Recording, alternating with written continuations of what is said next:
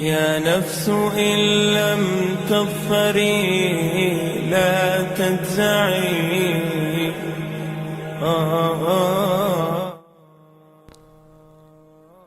السلام علیکم ورحمۃ اللہ وبرکاتہ۔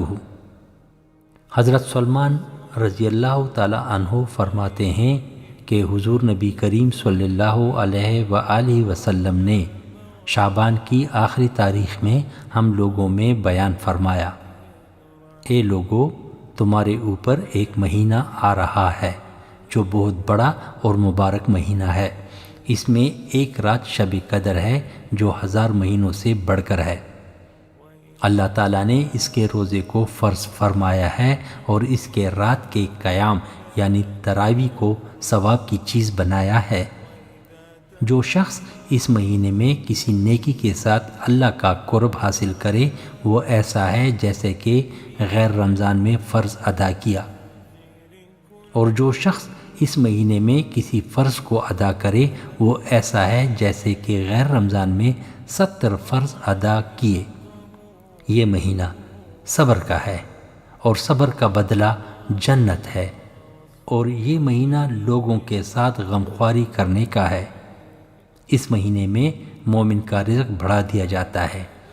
جو شخص کسی روزہ دار کا روزہ افطار کرائے اس کے لیے گناہوں کے معاف ہونے اور آگ سے خلاصی کا سبب ہوگا، اور روزہ دار کے ثواب کی مانند اس کو بھی ثواب ہوگا، مگر اس روزہ دار کے ثواب میں سے کچھ بھی کم نہیں کیا جائے گا۔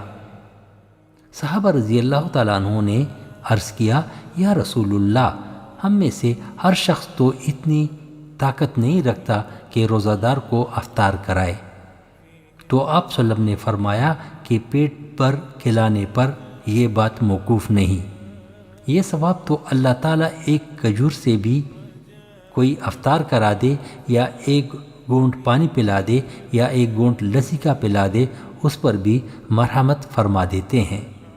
یہ ایک ایسا مہینہ ہے کہ اس کا اول حصہ اللہ کی رحمت ہے اور درمیانی حصہ مغفرت ہے اور آخری حصہ آگ سے آزادی ہے۔ جو شخص اس مہینے میں اپنے غلام یعنی خادم کے بوجھ کو ہلکا کر دے اللہ تعالیٰ اس کی مغفرت فرماتے ہیں اور آگ سے آزادی عطا فرماتے ہیں۔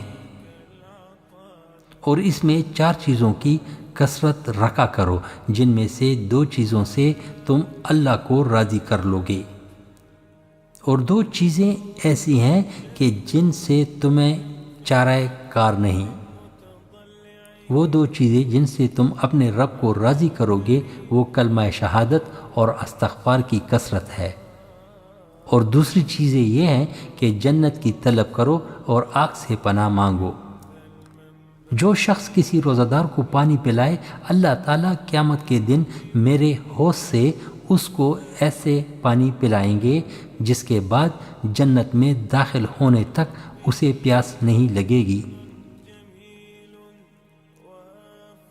حضرت انس رضی اللہ تعالیٰ عنہ فرماتے ہیں، جب ماہ رمضان قریب آ گیا تو حضور نبی کریم صلی اللہ علیہ وآلہ وسلم نے مغرب کے وقت ایک چھوٹا اور مختصر بیان فرمایا جس میں ارشاد فرمایا، رمضان تمہارے سامنے آ گیا ہے اور تم اس کا استقبال کرنے والے ہو۔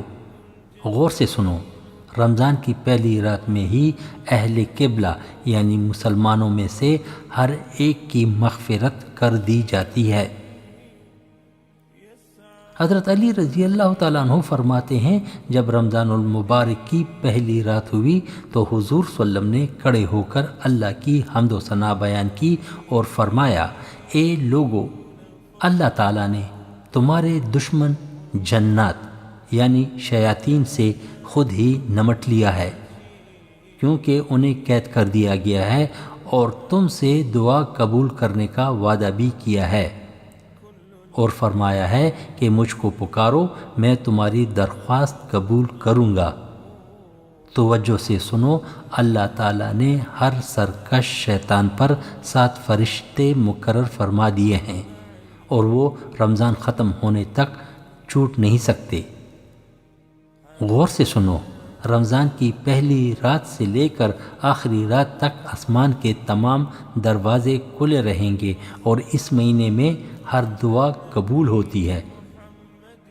حضرت علی رضی اللہ تعالیٰ عنہ فرماتے ہیں کہ جب آخری عشرہ شروع ہوتا تو حضور صلی اللہ علیہ وسلم لنگی کس لیتے اور عورتوں کے بیچ میں سے نکل جاتے اور اعتکاف فرماتے اور رات بھر عبادت فرماتے۔